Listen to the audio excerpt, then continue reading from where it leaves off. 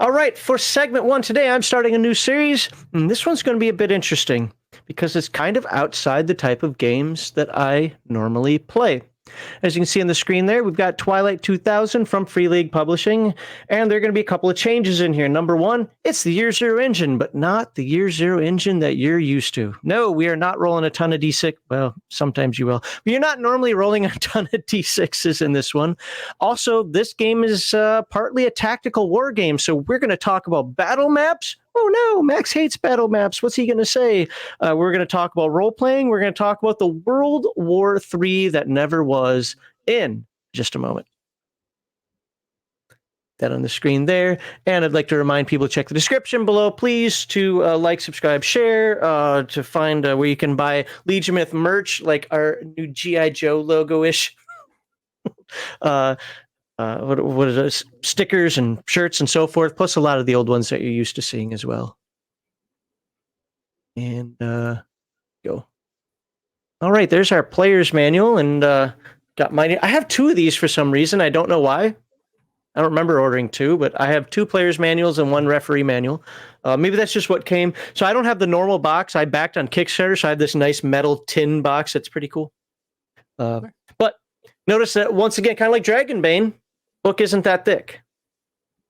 But unlike Dragonbane, let's find a page that's not weapons. Oh, look at that text. You know what? The Alien book probably could have been this small if they wrote text like that. Yeah. I don't know. What's your preference? Do you prefer a nice smaller book like this that's flooded with text, or a bigger book that's a lot of white space? I like the bigger book just because when everything is spaced out a little more, it's a little easier to find sections that I'm looking for. That's fair. That's fair. It's funny. I say I prefer this, but I think I'm kind of with you on that one, where it's like, because I always complain, because I used to, edit stuff like this, and be like, oh man, get rid of all that white space. It's too much white space there. But ultimately, those are the books I go through. I'm like, okay, hey, it's there. There's only like 10 words on this page. I can follow it easily. Let's move on. So, I don't know. But I have skimmed through this book twice a long time ago, and I started reading it again for this series, so I am not a master of this game. So if I screw up, especially if we don't cover it today and it's something to be covered in a couple weeks, simmer down, calm down. A few people out there who like, that's a +3, not a +1. Don't you even know how to play the game? I haven't got there yet. It's okay. So, you really have a low opinion of our viewers. Have you read our comments? I have. Okay. Hey, there's been a guy that's actually been commenting on a lot of our Palladium stuff recently.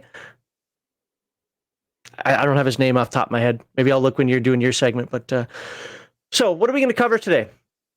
We're going to cover most of You're on Your Own Now. I'm not going to read the story stuff, which, by the way, this game is heavy on story, and they read just like World War II. Or Vietnam. Charlie was coming over the hill. I couldn't fire until I saw the whites of his eyes. I could smell the kimchi on his breath. That's Korean, not Vietnamese. Shut up. But I could say other words if you want me to. Anyway, so we're going to skip a bunch of that, but we're going to talk about like what this game is about, kind of what makes it different. And then the other thing we're going to do in the second video is we're going to talk about player characters. Now, what we're going to skip is we're going to skip the archetype method and the life path method, and we're going to cover those next week. But we are going to generically talk about what it takes to make your character and then how to level up your character, because these are going to take some time, and it's better just to cover them next week. One of the things I'm trying to do is make the videos just a touch shorter and have the information a little more on point. So that's going to be this week, and you can just look through the chapters to kind of figure out what we're doing after that. All right, so there's one more thing I want to say about the book. I don't remember what it is, so we'll just move on until I remember it. I think by now you kind of know what a role-playing game is if you're watching our series, but Twilight 2000 is a role-playing game about survival in mankind's most desperate hour. And there's going to be a couple of themes that they hint on a lot here. Survival is probably the most poignant one.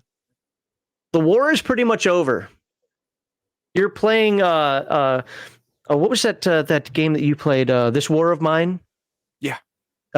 It's a lot more of that. It's like we need to move on. It's a life is a struggle. We're trying to rebuild society. We're trying to retake our town.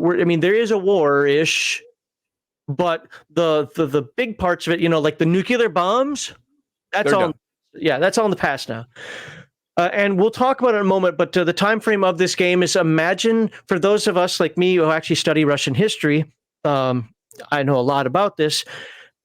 The game, if you imagine, was it 91, 92, when the Soviet Revolution happened, and they captured Gorbachev, and they made him, hey, you're being too Western, and we're going to lock you up, and we're going to bring back the Communist Party, yada yada.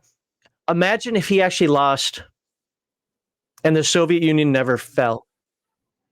That is the alternate history of this game. And then they decided to go to war against NATO. It's NATO versus Warsaw Pact. And boom, now what this changes from the original game is it does up the timeline into the 90s. So you're basically playing in the year 2000. Okay. So the 1990s has been all war. It's the year 2000 now. So no, that was a really good place to put the war, because at that time the Soviet Union was like, okay, we're going bankrupt. We can't actually pay people anymore. We need something. We need a Hail Mary, and World War III is the Hail Mary. Yeah. Just to remind folks, I have played the original version. I have not played this version, and I love the original version, even if I played it like 30 some years ago. So, all right. So, where is it? In the year 2000. Oh yeah, in the year 2000, of a history that took a different turn from our own. Remember this. This is an alternate history game. The world is ravaged by war. Yet, in this very bleak world, there is still hope. This isn't death in space. There's actually hope. You can actually survive. What's that? You can actually survive, maybe. Yeah. Yeah, there you go. If you're really careful. Mere survival is not enough. In the midst of utter destruction, you can start to build something new, rally more people to your ranks, stake a claim and protect it, and maybe, if you live long enough, start turning the tide. Maybe. All right, we're not going to get into what players and referee are. This game does use the term referee for the adjudicator, for the game master. What do you do? I think by now you should kind of know, but let's look at the chapter heading. Stay alive. Well, there you go. Your most immediate goal is to stay alive. It's a war game, man. I mean, imagine this for just a moment. It's not a war game, but imagine you close your eyes for just a second. Imagine yourself in the field. It's raining. You hear it rat-tat-tat-tat-tat, maybe a few hundred meters that way, and you hear vehicles coming this way, and it's just me and Heathen Dog. It's just you and your friend, whatever. Well, it's a role-playing game. He put the tanks there. Let's go take him out. Dude, we're just dudes, man. I mean, yeah. Max and I have guns, but you know what the caliber of our guns do to a tank? Let me think. Carry the one. Nothing. There's no taking out a tank. This 45, and I don't care what YouTube says, I'll unload it. There you go. This 45 I have right here does nothing to a tank. And no matter how cool I am thinking I'm going to jam it in the down the barrel or something, it's still not going to do anything. Not going to do anything to a tank. So, survival, your number one goal. Let's stay alive. Okay. Now, the next thing that is pretty important is helping those in need. Now, there's a balance here, though, because not everybody you help is a good guy. And even if, maybe you can't take more people in because you just don't have the resources yet. Mm-hmm. Now, this doesn't mean you have to actually help this person. Yeah, if you actually help this person, you're actually killing people you're already helping. So it's a balancing act. And morality role-playing is going to come into play in this instance. Yes, and then there is some of that in the game as well. This doesn't mean that you're building new churches or that you're opening soup kitchens or whatever. You could do that, I suppose, but it just means that, hey, somebody's got a problem. You're trying to help them out, and if it's going to be what's better for society, you might want to think about it. At the same time, if you're playing a bunch of Poles or Americans, or we'll just say NATO forces, let's say you're a group of 5 NATO forces, and the good thing to do is rescue Heathen Dog from 100 Soviets. Sorry, Heathen Dog. No. I'm just a guy. I had better be damn special. I had better have the like super corn seed or something, something to justify taking on 100 enemy soldiers just to get me. Now, you might be alone and on the run, but at least you have weapons to protect yourselves and the skills to use them. On your travels, you will meet people in even more dire straits than you. Starving refugees with nothing but clothes on their backs. Civilians terrorized by some local warlord. It's up to you and your conscience whether you help those in worse need than yourselves or leave them to their fate. Or take their crap and get all... Take their crap and say, get out. What's no, that? this is the Walking cool Dead. thing, though. I mean, earlier in this write-up, it said you can build something, and if you survive long enough, if you build it good enough, then you can recreate at least a part of what was. But the thing is, I didn't save it, but there is actually a sheet for. Remember the arc for Mutineer Zero? Yeah. Is it called the headquarters or the Haven? Whatever. It's about the same thing, and it's your base operation / budding civilization. Your home base. There you go. But the thing is, you by definition are a warlord. You are imposing your will on a populace that may or may not be willing until you build a legitimate government. So you have to be a warlord to start. You have to. If you're going to get stuff done, you got to break some eggs. And those eggs in this instance happen to be people that don't agree with you. Guess what? You're a warlord. Good luck.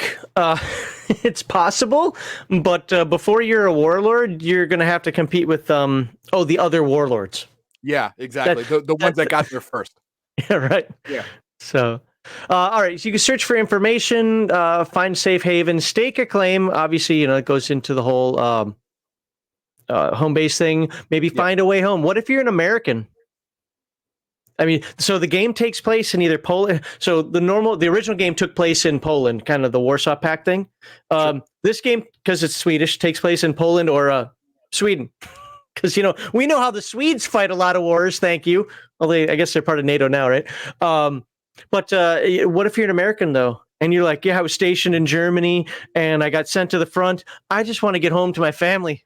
I've been here like 8 years. I just want to get home. That could be...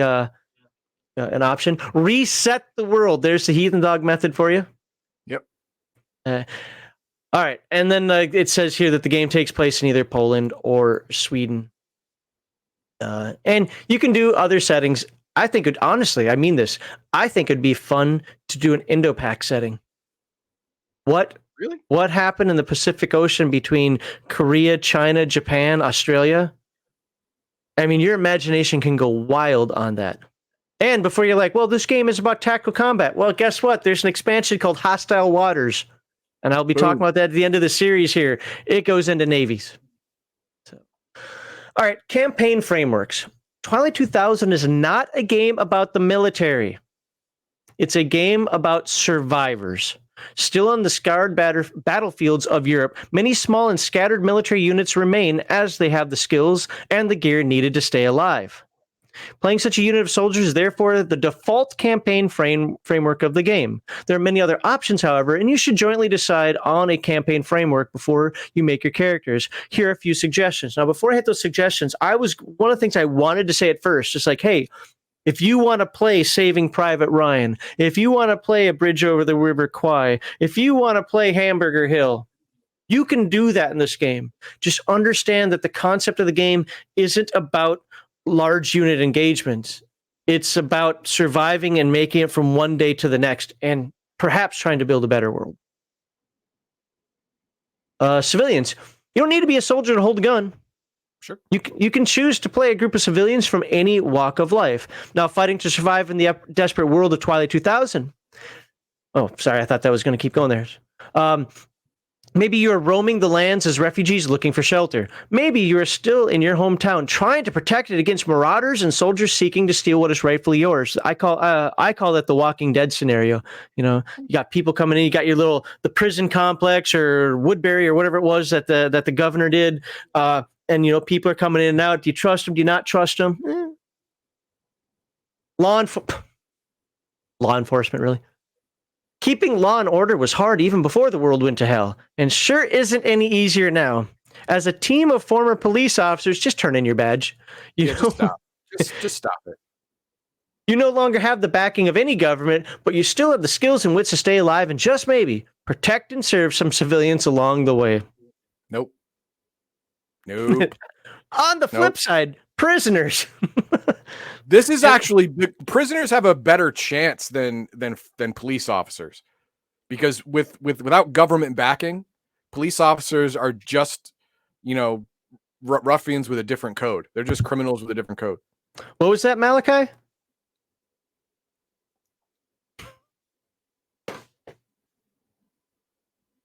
Maybe I backed. I don't know. I don't remember backing anything. I haven't backed much recently. So, but yeah. I mean, this is physical. So maybe I did do a pre-order though. Now I'm thinking about. I don't know. Anyway, but where are we? Prisoners at the end of the world. It's the end of the world as we know it. It wasn't all bad. For you, it meant freedom. When the world fell, no one bothered to keep you behind bars any longer.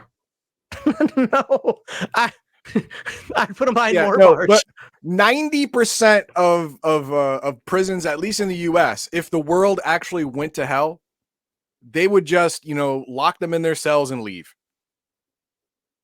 That's what would happen. Isn't that the default? Like if power goes out, they're locked in. No, actually, I think if the power goes out, it's opened. The cell blocks are opened to a central area, but the actual prison, like to get anywhere outside the prison, is perma lockdown. If is it okay? Complete loss of power. Yeah, which is really hard because they have backups upon backups. But yeah. But yeah, they'll just lock you in. I mean, is it wrong? Yeah. Is it murder? Probably. Do they care? No. As a group of convicts now roaming the wilds freely, you struggle to survive and find a new place for yourself amidst the current chaos. And of course, you can do a mixed group. I've watched a couple of Let's Plays on this, and well, not fully because Let's Plays are boring as hell, but I've either seen mixed groups or military. That's pretty much what I've seen. Yeah. I mean, it does make sense. I mean, you wouldn't have a group of 6 cops, 6 soldiers, not on a mission. It doesn't seem right. There's enough military and police cohesion in the team to where they'd still have a mission. But if you got like 1 or 2 cops, one soldier that his platoon got completely destroyed, and you're protecting a bunch of civilians, that seems more appropriate for something like this. I mean, there's a bunch of different ways you could do it. I mean, I could see a bunch of civilians, the backstory of the group is we were hanging out one day, the Soviets came, and we basically could run or die. So we ran, and now here we are. We start the campaign on the run from the Soviet juggernaut that just took over my hometown, or something like that. So I can see all of it. But I think what you were saying, and kind of what they're going to talk about here in a moment about the default, is just the easiest way to get started. Mm-hmm. I mean, honestly, if you wanted to run a scenario where you were underground agents inside a Soviet-occupied area. Now, of course, I'm playing one side of this because I'm an American NATO side. I mean, if you guys wanted to play Soviets against the NATOs, you could do that as well. So you're running that soup kitchen, but you're really an intelligence gathering agency. You could do all that. If you have a really good game master, I couldn't do that. I'll just be honest with you. The intrigue side of gaming is something that I'm weak on. So, but absolutely you could do that, where all of a sudden you've got the pastor over there and you've got the corrupt mayor over here who you realize you can't talk to. Oh, was it Wolverines? Oh my God. Wolverines what? When the Soviets invaded America, what the hell is Red Dawn? Yeah, remember? I actually have it. Yeah, remember when I started that? Yeah, I started a comment. Okay, cool. When the mayor's kid was like, he had that tracker in him, and they had to cut him loose. They had to cut him. Yeah, they had to cut him loose, so to speak. Yeah. So I mean, there are a lot of different things you could do in terms of this game. So, all right. So rolling dice. Normally I don't read this, but this is different than typical year 0 stuff. So let's see what it says here. The rules will sometimes ask you to roll a D3, 2D6, or a D100. Oh. That's all. It's not talking about the normal dice. Okay. D3, you roll a D6 divided by 2. 2D6, roll 2D6, add them together. D100 means you roll percentile dice. All right, let's move on. Starting the game. The default way to start a campaign of Twilight 2000 is to begin just as the U.S. military advanced toward Warsaw or Stockholm. Operation Reset has been crushed by the Soviet forces. Your group of U.S. soldiers, local soldiers, or civilians, or a mix of all three is running for their lives, forced to fend for themselves in hostile territory. Choose where on the map. By the way, so there's some great maps that come with the game. I didn't bring the PDFs up for you to see. I can pull them out of the box if you guys really need to see them, but they are some really awesome maps. But like typical, even though they're really thick paper, you open them, close them, open them, close them, open, close them, you're going to get that hole in the middle. So either laminate them or just go to Google Map. Choose where on the travel map to start the game. Close to Kalisz, if playing in Poland, or Oreo, that's what I'm calling it, if playing in Sweden, are good choices. As these are double stuff, baby. That's right. Well, that's Ori Bro. Eh? Oh, look at that. Okay. Ori Bro. Right. I don't. I'm guessing it's something like that. Anyway, playing in Sweden are good choices, as these areas are where the final battles occurred. From there, you're on your own. You decide where to go with the referee, placing goals and obstacles in your path. Tools of the game: you need character sheets, dice. We'll talk about dice later. Cards. Now, cards in this game are a little more meaningful than in the other ones. The game master, the referee is the one that's really going to need the cards. So first things first, like what we've been finding pretty much ever since the Mutant series, or everything after the Mutant series, there are cards for initiative. Sorry, that should have been a 1. But there are cards for initiative. If anybody knows me, I would still roll a D10. Now, these cards are encounter cards. Again, is that upside down? There. Again, for the game master. You can also do this, I don't know. Let's use your Rift Cyberwork deck instead, because you just want to use a random set of cards. All the cards are detailed in the book. So if you pull out like a 4 of hearts, it will tell you in the book what a 4 of hearts means and what kind of encounter you can have there. Now, that's for random encounters. Obviously, if you're playing a campaign or if your game master has preloaded an adventurous scenario for you, you'll go with that. But 52 different encounters that you can have that will provide a lot of variety. I am actually happy with these cards. And the reason I'm happy with them is because I don't have to have them. I can use these. Or, as I still have from when I was in Kuwait, I still have my Iraqi freedom cards. Maybe I'll use those with pictures of Saddam Hussein and Baghdad Bob and a whole bunch of other people. Use those. Baghdad and of course, Bob is funny. He was funny. And your Lucky Strikes, So, anywho, and we'll probably look at that as that might be in the Game Master section, in the Game Master book, but maps encounters. Now, this might surprise a bunch of people. Of course, I already spilled the beans on this anyway, but I'll say it. I do not like battle maps. I'm a theater of the mind kind of guy. I like maps as an abstract, just so everybody can kind of keep things together. But unless I'm playing a game like BattleTech, I don't want exact maps. I can move exactly 5. I just don't like that style of play. I like role playing. I don't like wargaming, my role playing game. This game is different. This is like playing BattleTech with role playing in it. It'd lean more on the role playing side, but this is a tactical war game or tactical role playing. I don't know how the hell you want to say it. It's a role playing game that is also a tactical war game. So maps encounters are going to be important. And for the people who are like, yay, Max is finally going to say he likes minis. Well, I'm not going to say I like minis, but I'm going to say that is the right way to play this game. You need them. You need to know where cover is. You need to know exactly how far you can go because it is also a tactical war game. So yes, in this one, get those maps, pull them out, put the counters out there, have some fun. And like every good game, guess what? It uses hexes, not squares. Take that, square people. So, I hate squares. Maps encounters, hexagon. Hex maps are key to playing Twilight 2000. There are 2 main types of maps. Travel maps with 10-kilometer hexes that are used to regulate travel, and battle maps that are used when bullets start flying. A large travel map depicting parts of Poland and Sweden is included in the box set. It is. It's like just it's really good coloring, and kind of like you see on the screen here, which has kind of got that old timey, looking like you're looking at a World War II manual, right? The map does the same thing. You could almost picture that, except for it's nice and textured. Being rolled out in front of you is for like a map of Poland. They did a really good job with the maps in this. Maybe I'll show it next week. As well as double-sided battle maps that can be combined in many different ways to quickly create a unique battlefield. And don't be afraid to make your own. And 2 larger double-sided maps that depict scenario-specific sites. Now, every one of these box sets comes with its own scenarios, which means it comes with its own set of maps. Along with the battle maps, use cardboard tokens to keep track of fighters, vehicles, battlefield elements, and conditions. A collection of such tokens can also be found in this box set. Again, every box set comes... I don't think the Black Madonna comes with tokens. I forget. But most of them come with tokens and so forth to add to your game. What's a role-playing game? We don't care if you don't know by now. And I think that's it. Yeah, that is it. So... I hope if you guys have any questions, go ahead and ask them. But I hope that gives you the general premise of what this is. This isn't a typical role playing game that we like to cover, which is to sit at the table, use theater of the mind, use your imagination, and play. And maybe throw out some things just to get an idea of like you're there, you're here. You can go about this far. Oh, the fireball went there. No, this is also a tactical war game at the same time. So you're doing both, kind of the best of both worlds, so to speak. Okay. So we have what we have here is